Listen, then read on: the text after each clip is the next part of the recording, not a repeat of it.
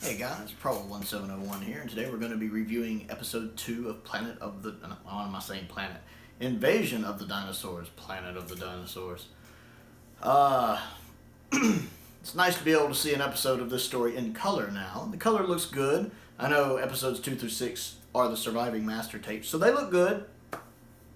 The effects of the dinosaurs aren't as bad as I would have thought they would be.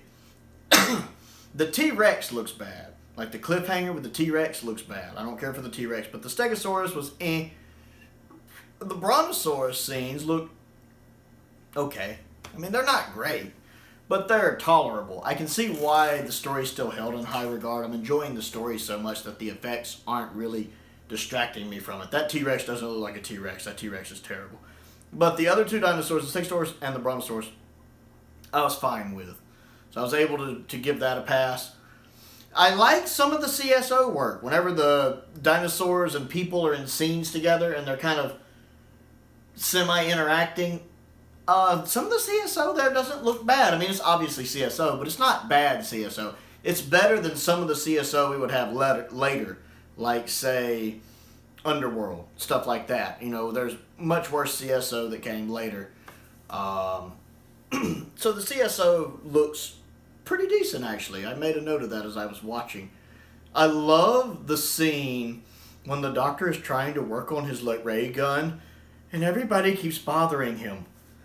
I enjoyed that. First, it's Yates, who, you know, I already knew the twist about Yates in this story, that he's working for the other guys. So he's obviously fishing for information to see how much the doctor knows. And I like how he's questioning the doctor about it. The doctor's just trying to work on his ray gun. So after he finally explains it all to Yates, Sarah comes in and wants to know about it, and he's just like, talk to Captain Yates. He can tell you about it. And, you know, Yates is like, I can get you a pass. You know, obviously the general doesn't like anybody. General Fisher, I'm guessing Fisher's in on it.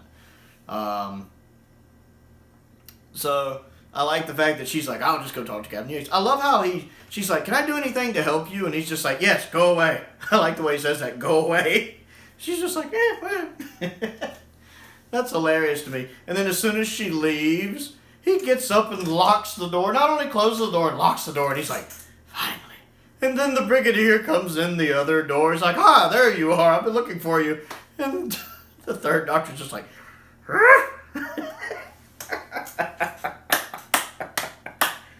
That was funny. I enjoyed that. That gave me a good chuckle. Considering the story has some pretty serious subject matter. And that gave me a good laugh. It's just, I like seeing the third doctor exasperated sometimes. The other guy that the Brigadier introduces the doctor to towards the end, the kind of older guy, is obviously in on the plot because he's the one that's like, oh yeah, you're the one who wrote the book on a friendlier Earth, a safe Earth, la la la. I like the fact that the doctor's happy to meet him. Like, he was just about to ignore him when he found out who the guy was. He's like, how you doing? Guy stood up, shook his hand. Oh, I didn't mean to bother you. Oh, no, on the contrary. This planet needs more people like you. It's not often you see 3 impressed with people like that. You know, 3's not very big on authority figures or people in general, really. But I like the fact that I get to see 3, at least for a little bit here, happy to meet somebody, impressed. He's, how you doing? It's good to meet you. I like that. The genuine warmth and enthusiasm in his voice as he did that, I enjoyed. It's interesting finding out that it is Mike. I mean, I already knew it was going to be. I wasn't sure how far in the story that got revealed. I had to wonder what people thought the first time I watched this when it originally aired. Wait, what, Mike? Wait, what? Is this one of those, there's a good side, instead of a good side and a bad side, there's just 2 different philosophies at work here? Because, you know, Mike's the kind of person, you figure he's doing what he's doing because he thinks he's doing the good thing. You know, a lot of bad guys don't think they're the bad guys. So he actually thinks he's doing the right thing. You know, it talks about Operation Golden Age. Obviously, they're trying to, I guess, get rid of the pollution. To make the world more like it used to be with cleaner air. Because he talks about that when you first kind of see Yates in the story. He talks about how the air is clean. So he thinks he's doing the right thing. But What's that old saying about the road to hell paved with good intentions? Obviously, the other people he worked with probably start... You know, you can compromise yourself so much because you think the ends justifies the means. I'm a good person, and I'm doing this for a good reason. All right, I have to do this one little bad thing, but it's worth it for a good cause. And then the next thing you know, you've slowly compromised yourself to where you're the devil. You know, and you don't even realize it sometimes, where those little things, you kind of wonder sometimes if that's how the master became the master. You know, remember David Tennant talking to Wilf about it in End of Time, you know, just one life, you know, and the 10th Doctor's like, then that's how the master started. Stuff like that. So that's interesting with Yates. I still wonder if the general's in on it. I'm not sure.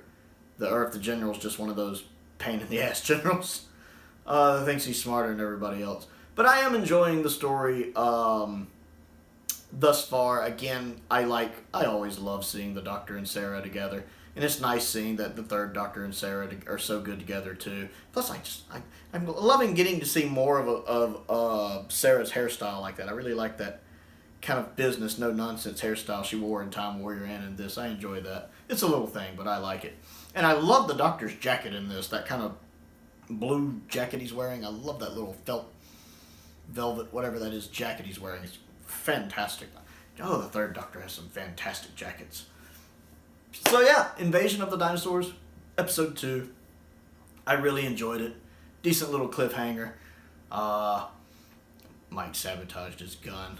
What do you think of Episode 2? Comment down below and let me know, because I always enjoy hearing from you guys. Other things to do, click the like button and the subscribe button and the bell for notifications so you never miss out on another video. I also have a Patreon. If you would like to support me that way, there's a link to that in the description below. I want to give a shout out to two of my top tier patrons, Stephen Crane and the 5th Doctor. I appreciate their continued support, just as I do the support of all of my patrons. Thank you.